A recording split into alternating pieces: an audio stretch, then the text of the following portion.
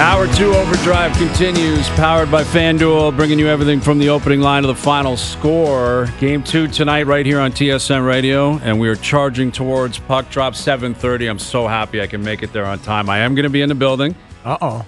And bring your fanny pack? I did not bring the fanny pack. We have Mark Giordano in studio. Gio, fans will be pissed you didn't bring the fanny pack. I know, I thought of that. Are you a superstitious guy, Gio? To a certain extent, yeah. We don't have his mic on.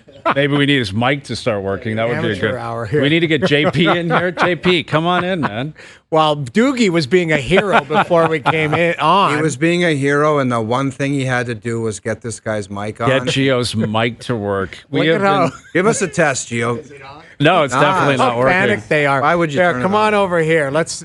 No, get JP in. Can you hear me now? Oh, yes, we can hear you now. I need JP on. We need him to. He may start crawling in, try to get under there. If you feel anything, below the desk, it's JP trying to get your mic to work. Yeah, there he is. JP's coming in. It's all good. All right, we'll get to Gio in a second. Although you can answer that question, I guess. I am a superstitious You are a superstitious guy? I mean, I've seen guys do some crazy stuff before games and stuff like that. But I mean, I'd get dressed at the same time, take my stick the same way, stuff like that for sure. Okay. Tie my left skate first before my right one. That's reasonable. I don't even think that has to be in the playoffs. Those are routines. Yes, exactly. But like suits and like we saw, I think McDavid in the finals last year was wearing that gray suit. Right. That thing was going to walk away by the end. Like it just, I don't know. Do coaches wear? I don't think Chief's going to be wearing the same suit. All right, that work now? I think it is. Yeah. Boy, JP. There we go. Look at this. Doogie, you have had quite a day, and we're going to have a talk in an office after the show. Yeah, Doogie's going to get a full review post-game here. I think certain breakdown. coaches do, though. I think they have their superstitious ties or suits for ties. sure. Yeah, for sure. For What sure. about Daryl Sutter? Didn't he wear the vest all the time? Or? He wore a vest and like some, paisley tie or something, and it would be on sideways, and we'd spit. Those old school guys, like I had Pat for a year, and it was like they're wearing what they used to wear, and they're not changing for anything, man. Yeah. How about if you scored? Would you use the same twig? Or would you change? Yeah. Even with the one piece where it was like I would just motor through sticks because I like the feel of a fresh kind of like everything. I felt like new. I want my skates stiff, everything to kind of be like new and stiff. But if I scored one, it's going back to Yeah, you got to give it at least a period, right? But don't those one pieces like deteriorate, like the whip in them? They get soft for sure. Like if you use them for more than 3 or 4 games, they found like the blade starts to get a little bit flimsier, and for sure the flex, like you feel it more for sure. Yeah, there's some crazy stick guys in the league, aren't there? Well, one guy is like, I got to ask you, we watched McJesus last night just like tee off in the third period. Oh my God. Did you have any moments out there against him where you like, how you're talking to yourself during a game where you're just like, this is insane trying to catch this guy, or this guy coming full flight on you? Because he was tossing around giants out there. Kopitar, what's the defenseman's name? Edmonton and Gavrikov. It's like he was dealing around those guys like they were nothing out there. Yeah, they put up some 7 spots on us, and like him and Draisaitl are like, it's literally gets to the point where they're unstoppable. But like watching that yesterday, I was even like, this might be the best I've ever seen this guy play, and that's saying a lot. Yeah. He was pissed, and he was fired up, and Draisaitl was fired up. Did you see them on the bench there? They were sitting at the end of the bench, fired up. But like that touch there, that last one was like, I just. There's 4 guys back. Like somebody get a touch on him, and nobody could get even a piece of him. It was impressive. Think about that though, like, would you think about chopping him? Like, I mean, that Gavrikov plays for keeps. So does that Mikey Anderson and guy. Like, he's going by you. You're probably like, you're going to allow him in, or you're going to take a whack at him. Like, you're going to take a penalty. Yeah. And the power play wasn't great last night. Mm-hmm. I don't know. Like sometimes you're thinking like, I remember Prongs. Like Prongs would be like, okay, I'm going to take a penalty, but you're going to feel it. Like that's I guess, the question. It's like Ovechkin stopping him in his office. Like if it were that easy, you'd do it by now. And like if you're going to whack at him, okay, go for it. But he's probably going to burn you on that power play at some point. Keep giving him opportunities. It was incredible. And the crazy thing about the two of them, like McDavid and Draisaitl, they're such different like specimens. Yeah. As well. Like Draisaitl's just a moose out there, and he he plays with some anger, and and then McDavid's flying around. Like the idea of them both being on the ice at the same time, Bringing different things to the table. very different elements the way that they play. Like that Draisaitl's, his ability to find space is unbelievable. Like the first goal they scored right at the end of the period. Yeah. It's basically a 1-on-4, McDavid and Draisaitl, 2-on-4. Draisaitl's in front, but he pulls away just at the perfect time. Like the timing is perfect. And for the average fan, it looks like, it's just a one-time pass, but like Draisaitl falls off at the perfect time and he passes. Especially it at the being a perfect big time. body like that. Yeah. And he hits it. He hits the one-timer clean every time. It seems like. And that Or was is a it rifle of a every pass damn too. time? Yeah. Like which it has to be with that kind of traffic. Yeah. But like that pass and getting it off and getting it in. To your point, like You see his stick, his paddle. He's just got a big beaver paddle on there, and it's just like whack it. Goalie blade. and it goes in all the time. Well, it's great to have you in here. It's great to have the mic rocking, and we're ready to play tonight because we got Game 2, and I'm sure you obviously watched Game 1. And what did you make of the way the Leafs played in Game 1? Yeah, I thought obviously to get power play goals, to get your stars all on, like get them going, scoring goals, to get Mo and Ekman Larson a goal is huge. I think on the back end too, the goalie played well. Like everything seems to be aligning. I thought at the start of the game it was, Ottawa would have been happy up until 2-1. I mean, they were playing a decent road game. They were down by a goal, and then who took the penalty? Stützle took a sort of a soft one in the corner, and then the power play got going. And once they get one, then they got another one on the 5-on-3, and then those guys are just rolling. So I think they're going to be really happy, but I think they're going to be aware that, you're not going to score 3 power play goals every playoff game, and the 5-on-5 game has to, be as good or even better tonight. So it's a blowout in Game 1. Like, do you smell a 2-1 game from a mile away? Is that like, overtime, something like that? Yeah, like there's just no way in hell this is a wide open affair. I mean, a lot depends on the goaltending, but this just reeks of a 2-1 game to me. Yeah, I agree. And playing against, I actually played with Greener in the Spengler Cup, which is funny, but No way. playing against him when he was coaching Van, he's going to have those guys tighten everything up. The Leafs are going to have to earn every inch tonight, 5-on-5 for sure. One of the favorites on our show is Morgan Riley. Yeah. And, Mo's a lightning rod around here, right? Like people, love him, they get mad at him, all of that type of stuff. He had a night the other night. Now, you said you were happy for him. If Brady scores in that breakaway, like how do you, how does that shift? Like, when Mo's at his best, and you've seen him, you've played with him, you're friends with him, what does he need to do to be, Morgan Riley kind of vintage, to play his best? His Yeah. A+ game. Yeah, he needs. That's why the 5-forward power play kills him, because Mo needs his touches. He needs to feel the puck. He needs to be jumping. Like you'll notice right away when he's playing confident, he's up in the play a lot. But he's taking good calculated risks. Yeah. I hope the goal goes a long way for him. Like that, any player, like you score a goal, all of a sudden your legs start pumping, right? So. But I've always liked when he has a steady, stay-at-home partner. Like I really like Shen. That one playoff, he had a great playoff. He was with Shen. Now he's with Carlo, so they're similar, right? But he's got to get his touches. He's got to have the puck. He's got to want the puck, get up the ice. That's when he's at his best. And everyone's like, worrying about his defense. Well, if Mo has the puck most of the night and they're in the O-zone, he doesn't have to defend as much, and he's very effective. Yeah, that was big the other night. We talked about it yesterday. I thought the save on Tkachuk and then Riley scoring 45 seconds after Greg made it 4-2 basically turned the lights out. Yeah. Like that was it. And then it's 5-2 and the party's there's no on. momentum in There's that. no momentum. You killed it. Like him scoring in the fashion that he did killed it. But what I was impressed with the other night was a lot of the new players. Like the core 4 players, we've talked about them endlessly. They all showed up. They all performed. They all put up numbers. You've got to have it, right? We just talked about McDavid and Draisaitl and Connor and Scheifele and Ovechkin. The best players have to perform. That goes without saying. But I thought Stolarz was really good. I thought Ekman Larson was really, really good. I thought Tanev was really good. I thought Berube's approach.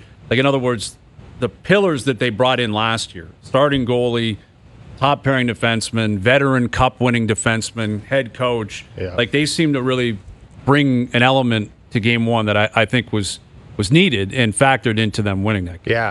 Yeah, I agree with you 100%. You could add Lawton to that. Yes, Lawton had his best game as a Leaf. I thought that fourth line was generating. They were buzzing. They were in on the forecheck, and if Ottawa wants any chance, I mean, their top guys have to be better. The Leafs' top guys are way better than them, and then if the Leafs' fourth line is going to outplay their fourth line, they have no chance. Like, Ottawa has no chance in the series. So I'm expecting, like Go said, I think Ottawa's going to try and slow it down, grind it out, and like keep this one to 3-2, 2-1 game. Or I don't think they have a chance. 5-3, 6-5, like games like that. Like, I think the Leafs are just better than them offensively. You mentioned the Lawton line being the fourth line. I think just because it's playoff time, I think it's still okay to have some kind of internal competition where you could say to those bottom two lines, you guys are getting the first period or the first half of the first period, and whoever's going is going to get more ice time. Because that Lawton line, that so-called fourth line, they kept rolling out there. Yeah. And they were out there shifts after goals, which are very important. That's not usually the case. But if the coach can get trust in you and if you're going, he will throw you out there. So whichever one of those lines, because there's not much that separates them as far as production or skill or whatever, who's ever going to go that night, you're going to play. I agree. And I think it's even more likely to apply tonight because he's flipped Domi and Holmberg. And Max did not have a great night the other night. And they put Holmberg up with Tavares and Nylander. And if Max and Robertson and McMahon are struggling or the other line's outperforming them, I don't see one line as a defined third line over the other. Yeah. I mean, ultimately, I could see the Lott line playing more than the Domi line tonight if they play the way they did the other night. And if you're Berube, who do you trust more right now, like defensively as a line? Veteran guys. And I think Lawton, it's Yarncroke, and he played well the other night, too. And Lorentz played well. Yarny's like a really good defensive player, like really good on the walls, really good in his own end. I think Lawton's, a good two-way centerman. So I think right now, if third period late in the game, who you're throwing out, probably that line over the third line right now. What about the trust in the goalie? Like we were talking about before you came on, and Allmark didn't have his goods, Stolarz had his goods, Stuart Skinner didn't have his goods last night. Like it affects, right? When you don't trust what's going on back there, does your game adjust a little bit, the mindset of the guys? Yeah, it deflates you, man. Like you see your goalie give up a bad one. Like if I'm Edmonton, I'm seriously considering starting the other guy next game. I really am. I love that you just said that. I love that you just said it. Finally, some common sense. Finally, some common sense. But we did have. What did we say? We had what was it? We had a confirm or deny. We had a Nico Ferguson Jr. comment. But, I mean, you can speak to it, man. You watch McDavid, your best player, play the way he did. You just said that might have been the best period he's ever played in his life. And it got pissed away. And it got absolutely pissed away with a brutal goal. I wanted to ask Noodles, like, on the last goal, I get that it's a weird play and it flubs and all that, but, like, it looked like he flinched to me. He moved this way, so it's coming directly... And again, Warren Fogle, who's 6'3" and a big guy, plays jumps it well. up. And Bouchard could have pushed him out of the way, but he decided to go into the corner. First of all, Bouchard waving it at the blue line, which is a bit weird play. But if you look at Skinner, he's sliding. Watch him here. Watch, he slides a little bit. He's sliding over. Such a back-breaking goal. It's just an awful back-breaking goal. He doesn't see it. Like, there's no... He doesn't track it. Look at him. He's looking down. Yeah, he's got no idea where the puck is. I can't eyes are believe looking I'm the down. one that's been defending goaltenders. Isn't a flub shot hard to track? Because you're looking to react a missile that comes. Dude, I'm being dead serious. I hear you, but it's almost like a. You got to find the puck. It's a change-up is what it is. Like, you know how many times I play with Gio and guys would chirp, especially in practice, they're like, hey, it's a little black thing in there, pull it out of the net. Like that, you've said that to goalies in practice, a guarantee. You're sitting there on the bench and watching this. I thought Skinner got hung out a few times because the Oilers weren't very good the first 40 minutes. 5-on-3, there was a questionable call, bad play by Wallman, all of that type of stuff. There was a cast of characters on that team last night that didn't have their goods outside of McDavid and Draisaitl for about 22 minutes.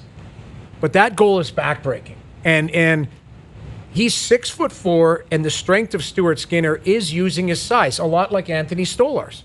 Stolarz is 6'6". Yeah. It's Freddie Goat He's a every monster, day. man. You He is a can't monster. take away 6'6". He's 6'6" in the net. Skinner's 6'4". He made himself small on that, but he didn't find the puck. He was kind of like looking for it, and it was over, and it was gone already, and it's backbreaking. It's the timing of it. The timing of yes. it. It's just, you need a save regardless of whatever it was. Especially the and that was context. Your team battles back. I mean, we started talking about superstition. Yeah. Like, what is the mood like in that room? Like, where the last time they played a playoff game, it was the most heartbreaking moment of their lives. Yeah. Dude, Right? what happens is somebody stands up and says, guys, we lost game one. There is a bunch of guys in this room, and Jamie, you know this better than anyone. There's an unwritten rule you don't single out the goaltender, but McDavid or Draisaitl will stand up and say there's a bunch of guys in this room that need to get their heads out of their asses if we're going to win this series, and one of the guys is the goalie. And if he's not smart enough to figure that out, then shame on him. Well, do you read anything into Chris Knobloch, the head coach, saying that they're not giving an answer on the Game 2 starter? That means he's thinking about it. I do. I think you think about it, but I think you have to think about it because this isn't, Stuart Skinner hasn't been the clear-cut one this year. Pickard's played a bunch of games. Like, pull up his record for me because I got my computer. Yeah, the last, closed. I think he has 21 wins for them this year. Like, he played a ton down the stretch, and he actually played pretty darn good for them. And he's not. Ray Ferraro always has this saying. He's an unmade bed in the net. Like, he's all over the place. He doesn't have a clean butterfly, but he battles in there.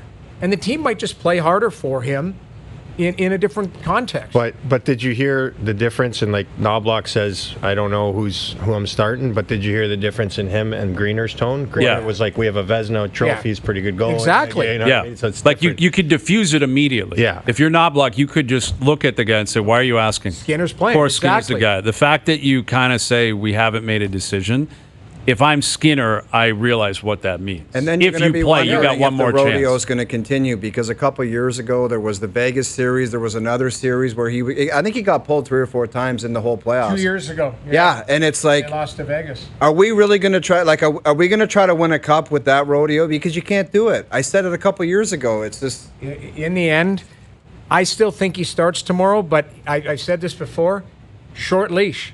Because the other guy, they trust. The other guy has won them games this year. The other guy Then is I a think, battler in Jamie, the you net. just said it. You start the other guy then. Short leash. Because if you start a guy and say, hey, he's going to be on a short leash, he's probably not the guy you want to put in net to begin with. And then if you lose the hockey game and you're down 2 Cobb after 1 and you ultimately lose the game, you're saying, why the hell did we start him? Are we dumb? That's why these coaches get paid a lot of money, man. They got to make the right call, The only thing I would say is that you challenge everybody because, again, everybody in that room stunk for about 40 minutes, close to it, 39. You say everybody's got to be better, including the guy in the net. If That's I the was only thing. saying it, I would say everyone's got to get their head out of their ass, and then I would do a little horse side of the goalie. You do a little horse side of the goalie and just let them know that you're looking at Let him. him know what's up. Mark Giordano in studio. The Stolarz question, like in terms of the way he played, there was so much debate. We had you on a couple of weeks ago, and we were asking you about could we see a tandem in the playoffs, and that ship has sailed after 1 game. Yeah. But things change quickly in the playoffs. What would you anticipate Ottawa's game plan is against him tonight? I think they're going to try and disrupt him, get in his face. But I think the one thing I noticed, Tampa played them last week before the season ended. They were ripping them high everywhere. And I wonder if that's a scouting report. I don't know he's so good down low. You're not scoring on this guy down low, it seems. If the puck, even cross ice one-timers, he's getting across and he's there. So I would say they're going to try and put everything high, but they're going to try and get in his face. I'm sure we're going to see Brady a little more of an agitator tonight and throwing the weight around a little bit. What does more. that look like in your opinion? Like, is that more in front of the net? In front of the net, trying to disrupt him, like Stolarz more, but he'll be all over the ice. I thought he was a bit underwhelming last game compared to what he usually is, and I don't know if that's a little bit of rust. Probably the guy hasn't played in a long time, and but he'll be back and he'll be fired up tonight for sure. But they're going to try and get there. I think both goals were rebound goals, right? If I'm ready, if I'm correct. So they're going to try and use that probably. And the thing is, before playoffs, the goalie coach comes in and he gives you a full video session, full scouting report on every goalie. So Ottawa knows where you can beat it, like where his weaknesses are, what his tendencies are. It's just a matter of they got to get inside and get chances, but they also got to like agitate him a bit and get in his face more. I didn't think they had many. They had a big shot lead in the first and second period, but they didn't have many They quality weren't threatening. chances. There was a lot of shots they put towards the net, but it was volume. It wasn't chances. The other thing too is with a big goalie, you have to keep him in his net.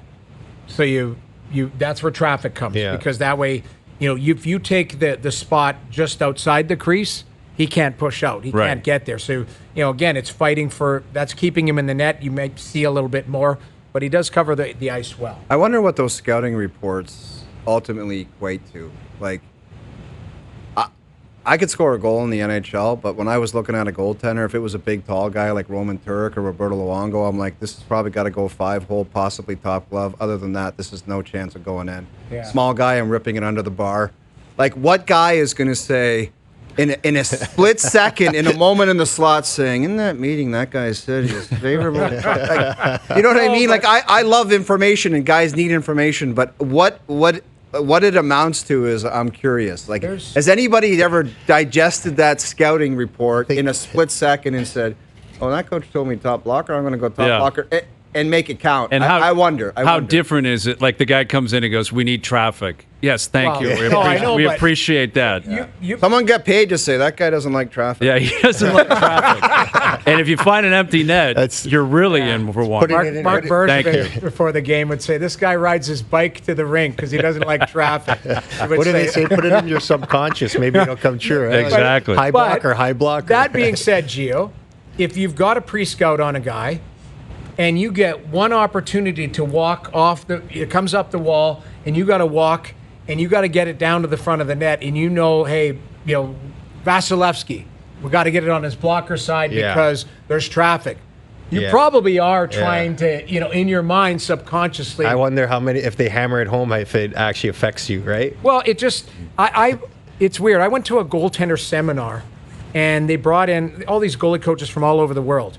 But they brought in shooting coaches, and it was Joe Pavelski's shooting coach, a guy named Ron Johnson from Vancouver. Unbelievable guy. And he talked about now all of these elite shooters. It'd be interesting to see who Austin Matthews worked with and people like that. They talk about quadrants of the net. It's like, okay, if I'm in the slot and I know, like somebody's on me, I just got to get it to the top quadrant. I got to get it top left, top right. That's where I think shooters are going nowadays. It's not, you got to do this and roll your wrist that. It's like, on a quick play with a big goaltender in net, it's got to go, right quadrant. That's where, and that's especially if you know he's moving that way or whatever. That's now what these guys are taught. Oh, I love the way that shooters have taken advantage, like from tough angles down low. They know that right under the bar over the ear, like that's where they're shooting the puck. But that's where it's, and this is the wrong approach because I'm not a goaltender coach. Some goals you see, and it's like, man, if you were kind of just standing up there, like that Skinner flub shot, like if he's just like standing there, that hits him in the shoulder. But when you're going down right away, you're taking a chance. Yeah, exactly. All you're doing is, Dave Marcoux, our old goalie coach in Calgary, used to say, you play the percentages. That's it. 82% of the shots are on the ice, so you're trying to take away as much ice as possible and then find the puck. Skinner had no idea where that puck was. You even see in the replay, he's looking to his right. Like he's looking over there, and it's over him already. Yeah. Well, listen, you reset. All these teams are going to reset for Game 2 tonight, and I'm curious. I'd like to get a read on how Ottawa looks at the fact that the Leafs had 6 different goal scorers in Game 1, and none of them were Austin Matthews. Yeah. Like that's another thing. I look at him tonight. Like this feels like a big captaincy night for him. It's his first year as the captain. He's been a leader on this team for a long time. When you play with him, I'm sure big opportunity for him. But this is one you can. This is something you can focus on. Where if I guarantee he'll start the game. I'd be surprised if he didn't. We'll see. Maybe Green goes with a different line to start. Maybe he starts Cousins and Berube goes a different direction. But I would start Matthews, and I would look at him and say, "Go drag this team to 2-0." Yeah, like it's a big night for him. I'm with you. I would start them no matter regardless of who Green starts. He starts, and to get up 2-0 because it hasn't been done in how long? They've never done it in the Matthews era. Oh, really? They've never been up 2-0 in a series. So to go and grab it and for him to be the guy. No? I didn't even they lost Game 1 against the Habs. Well, they smoked Tampa, and then they got smoked the next. Yeah, the Leafs have in the Matthews, Marner, Nylander era. They've never been up 2-0 in a series. Yeah, that's a big opportunity tonight. You can't overthink that. right? Like, I'm not sure. That's not a messaging necessarily before the game. Yeah, and if it doesn't happen, it's not the end of the world. But at the end of the day, it's an opportunity. It's home ice. You've got to grab the opportunity. Yeah. That's really what it is. Big time. All right, Mark Giordano's in here until 7 o'clock. We've got the game tonight on TSN Radio. Puck drop at 7:30, pregame at 7. Mike Camalleri's coming up. Mike Johnson will be in studio. We got Ralphie and Bonesy coming up from the rink. It's going to be an electric afternoon. You're doing panel work tonight? Say hi to all the boys over there. Just about to shake your hand. We're about to shake hands. You want to shake? Great stuff. There he is, the O-Dog, Jeff O'Neill. Overdrive continues. TSN 1050 and on TSN 4. All right, we got Mark Giordano in here. Gio, this is what I have to deal with every single day with these guys. So O's off to do panel work. No one knows what the hell he does the rest of the night. At Noodles, you will notice this. If you come in with us more, he orders a chicken sandwich every single time he's in here. And at 5:30, he runs to get it. It's never ready. It's never ready. And he's never back here on time. So I have to extend the break. Today it wasn't ready, so I grabbed a turkey sandwich and was heating it up. And Yeah. Anyways, it's all good. amateur hour. It's all good. No mics. No Oh, yeah. Mics aren't working. We're waiting for sandwiches. You know what Doogie was trying to impress you, though? I think he was I like, think he was, too. Gio's in studio. 1 minute, guys. Oh, He's giving yeah. us the 1 minute. Doogie's doing the countdown. Until O It's- threatened him, and then that was it. Absolutely, which is fine. But anyway, it's good to have you in here. We got Mike Cammalleri coming up here in a moment. Cammy will join us on the importance of Game 2. And you don't want to overstate it. But, like, you look at what Winnipeg did last night. They took advantage of home ice against an inferior opponent. They won Game 1. They said, let's lean on these guys. Now you breathe easier going down to St. Louis. Like, it's a big opportunity for the Leafs tonight. Yeah, and as much as they won 6-2, it's a blowout win in the end. Like, there are areas where I'm sure they know they can get better. And so I'd assume, like, knowing Berube as a coach and knowing he's a hard-nosed guy. He's gonna hammer on them and stay on them. And he's done it all year. Like they whenever they've had something to respond to, they have. And I'm expecting the messaging from Toronto will probably be, let's get better 5-on-5. Let's try and carry the play 5-on-5. Ottawa's gonna say our special teams needs to be a lot better. We need to be disciplined and obviously, I think Allmark knows he needs to be better. So, any tweaks in the lineup from the Leafs side? Did you see anything? I don't believe so. I think Holmberg is going to start on the second line. Domi's going to start center of the third line, but they're not going to make any adjustments. But yeah, Ottawa, we find out tonight. Yeah, no new faces. Though, no new faces. There will be new faces. Like Nick Cousins, I think, said, I'm looking forward to bringing something to the group tonight. I think Hamannik's going to come in, too, for the penalty kill. Right. I think so, too. Yeah. All right, we've got a mutual friend on the line. Last time we saw Cammy was up at Boston Pizza. He put a clinic on. He really did show up. Yeah. Remember he was talking about the Vaughn Kings and the jacket he used to wear. He's a legend up there. Oh, I know. He's a legend. Did you guys play minor hockey together or against each other or anything? No, or what? Cammy's old. He's older than me. Cammy's a goat, man. He's an 82, isn't he, I knew Cammy? about Mike Cammalleri growing up. Oh, he was like... He was a star. Cammy was the second coming of Jeff O'Neill. He really was. Like, my son is now in Vaughn hockey, and Cammy's like a Vaughn hockey Hall of Famer. And he's Italian, which oh up my there. God, yes. Right? Woodbridge if it was area, Mike Vaughan Campbell, area. they'd be like, I don't know. He was okay. Yeah, Cammalleri. Mike Cammalleri in Vaughn rings out. And here he is joining us, I think, on FaceTime. Look at this guy. Look at this cat. What's up, Cammy?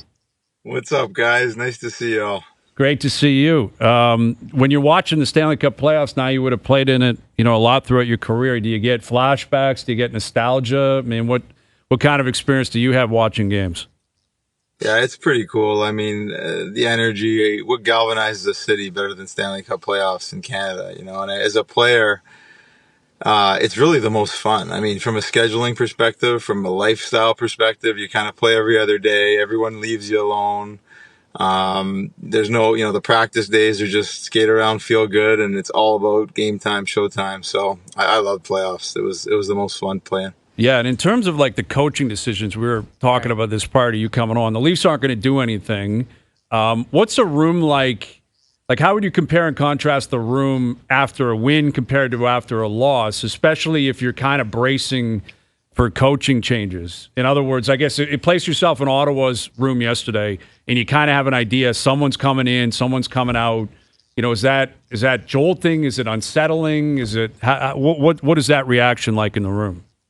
Yeah, I guess it depends on who you are in the room, and I think the thing about playoffs is as you're jockeying through the season, you're thinking about where your team is in the standings and where your role is on the team. But when it comes to the playoffs, it really is kind of that real optimism of just every night you're trying to win and find a way to win, and everybody has the dream of going all the way. So with that collective energy, I guess, I don't know, to answer the question specifically, it's hard to go back to those days and think, what did it feel like when there was a change? You're kind of waiting to see what the coaches are going to think. But I just remember feeling like we really had to take the bull by the horn, so to speak, and take control of our own destiny. Cammy, were you a superstitious player or a routine-orientated player?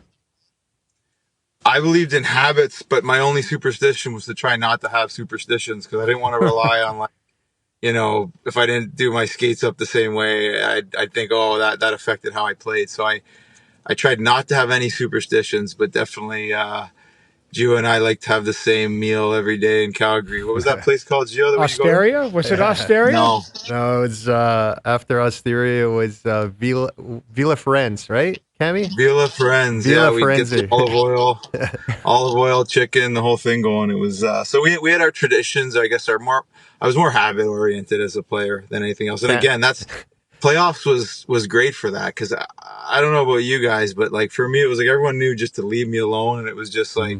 The naps were better. The meals were better. It was just all that mattered was the game the next day or that day, right? Was that your experiences too as well, Gio? Like, yeah, comparing home games, road games. I mean, did it all kind of feel the same? I guess come playoff time, or yeah, like you're just checked out from the outside world. The only thing I'll add to that is, I'm like Cammy. Like the one thing I'll say is, like, from game to game, it's crazy. Like we were down 3-0 to Florida, and like you never lose that optimism no matter what happens either way, right? So it really is game to game, and that's why I think some coaches believe in momentum from one game to the next, and then there's other coaches who are like, it doesn't exist. Like every game starts fresh.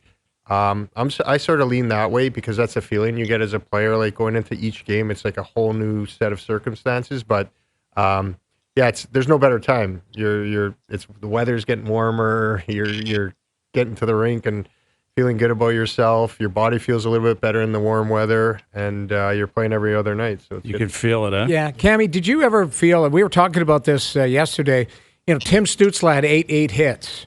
And, did you ever feel like the playoffs you maybe had to step out of your comfort zone, something different than you were maybe known for? You were a goal scorer. You were a skilled guy. Did you feel like you either wanted to or had to prove something or try and do something different in the playoffs?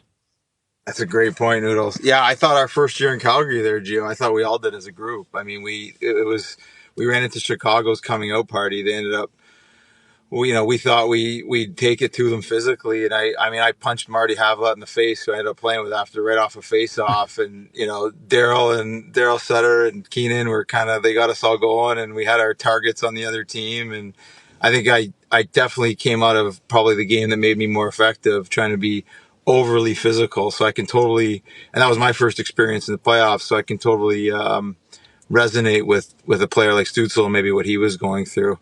I thought we made, looking back in hindsight, I think we would have been better served kind of sticking to our game. We were already a tough team that year. Well, go ahead. Cammy, that was not a punch to the face. That was a butt end right to the guy's chops. Well, as Noodles alluded to, I grew up in the tough streets of Vaughan. You had to take care of yourself once in a while. Absolutely. Fight your way out of it. You know what? I remember I was on the staff. Like, we should have won that series. Should we have not have? That was 08-09 in Calgary? I'm looking at it here. I know the answer. I'm pretending like I don't. We should have won that series. I'm looking at hockey TV. I don't know. I mean, it was Chicago's coming out, but I felt like we gave them a pretty good run. We were up, or at least like played hard in Chicago. What do you make? But like that night in Chicago, I do that to Havlat, and he scores the overtime winner. So like, I don't know. I mean, just looking back on it, it's like, maybe I should have been focused on other things. But There were a couple overtime games. Yeah, that's what I mean. It was a coin flip thing, and Chicago was a great city. Even the coaching staff enjoying themselves. Oh, I'm there. sure you would. Playoffs or otherwise, it doesn't matter. We You spent have a lot to of enjoy time in yourself. Chicago there, but yeah, course. that was. I felt like you're right. It was Chicago's like getting to the next level type of thing. But man, we played them hard. Well, in Ottawa, Travis Green was talking about it today, that he felt a lot of their young players who were making their playoff debuts were nervous, and he doesn't expect that to continue tonight. Do you buy into that theory, Cammy? Like game 1 to game 2, in terms of your first 2 playoff games, was there a tangible difference, or were you still nervous? I think so. Like it's really hard to describe how much energy you're putting out in these games, especially your first ones. Like it is substantially different how hard you try on every play, every hit, every stride, and it's too hard to sustain. So the longer you play in them, the more you understand that you want to keep your kind of pace and energy and be as effective as you can. So I do buy into that, and that ties into kind of like an earlier theme you guys had mentioned, which is another beautiful thing about playoffs is you can build any narrative you want, right? Like that energy, like Gio's saying, that eternal optimism in the room. You go down, you feel like you have nothing to lose. You go up, you feel like it's our time. Like whatever energy you want to build in the room, you build it because it's going to serve you that night, right? Absolutely. Mike Cammalleri with us. Game 2 tonight, Leafs Sens. In terms of the Leafs big boys, like they're veterans. They've played, obviously, a lot of playoff games. They haven't had a ton of playoff success in terms of series over series over series. But what did you make of the fact that, Matthews and Marner and Willie and Tavares, like they had the games they had in game 1? They all put up numbers. They all got on the game sheet. They all contributed. Like, how significant is that? You were a player like that, a skilled player that was expected to contribute offensively, getting on the board game 1. How big is that for confidence building going into game 2 and beyond? Yeah, I would put huge value on that. I think for those guys, it helps. It makes you feel like it's part of your responsibility, and the burden you carry as a guy who's relied upon to produce is you want to produce. And so that's a great way to start. It puts a little more bounce in your step. It allows you to kind of freeze you up to make a little bit more comfortable plays. It allows you to play defense with a little bit more of a stride that you want to have. It allows you to play offense and make the plays without pressing it or squeezing the stick. I see this goal. That was a gorgeous goal there, and a great pass too to set them up. So I think that's huge for those guys. And I think for Leafs fans, it's like any year could be your year. There's no reason why this year can't be their year. There's no reason why it can't be every year. So with the group they have, so it's exciting for them. Yeah, that's what they're banking on, huh? Like you're waiting for these guys, you just got to break loose. Through. Yeah, you got to break through, and it'll be a fun one tonight. We've been talking about goaltending, and Noodles is now on an island here as the only goalie in the room. But in terms of your reaction when you don't get a great performance from your goalie in the playoffs, we referenced what happened in Edmonton. Allmark in game 1, he wasn't great for Ottawa. How did you approach that topic? Like if you're doing media after the game and someone's going to ask you about your goalie during the playoffs in particular, what was your approach? Oh, I think we might have lost Cammy. He didn't want to answer that on they want to talk goaltending. about goaltending. He didn't want to start chirping goaltending. I don't necessarily blame him. We'll see if we can get him back. But yeah, I believe it. Like I've been around, especially being the backup. You hear, right? Like I'm sitting right beside the D, and a goal goes in, and you can just hear the guys on the bench go, "God, needed that one. Mix one in," or comments here or there. Right. Like it happens. But when you have a good goalie, and this is the difference. Like you brought it up, Gio, and I thought it was a great point. The guys in Ottawa believe in Allmark because Allmark, when he plays to his capabilities, he's a hell of a goaltender. Yes. So they're going, if we're going to be in this series, you have to do what you do. Right. I think Edmonton's different because they look at their goaltending. It's like they're Just good. be okay. Just be okay. Like I think Edmonton looked at, they made it to the finals and within one, we'll call it 2 goals. You lost 2-1 of winning a Stanley Cup with a tandem that would be deemed as average in the National Hockey Absolutely. League, right? We got Mike Cammalleri back. Cammy, I don't know if you heard me about goaltending and, if your goalie's kind of a sieve in game 1 or any of these games, as a veteran in the room, I'm sure you would have been asked about it. How did you generally approach that topic? Yeah, I didn't have to. Fortunately, we had Euro Halak just playing out of his mind in Montreal and Kipper in Calgary. So I was fortunate I didn't have to experience that. But I don't know, but I will say I watched that last night, and with Connor and Leon in particular, like it's just hard not to bleed for these guys. I mean, they're just so good, and they're playing so hard, and they're doing so much to come back from that. But you never. I mean, hockey is the consummate team sport, and you never truly feel that way. You win and lose the team. You always feel like you could have done more. We could have done more. We could have done better, and that's how you go into these things. Well, you mentioned Halak. That was that run in 2010, and Ovi was on that Caps team, and he scores the OT winner last night. Yeah.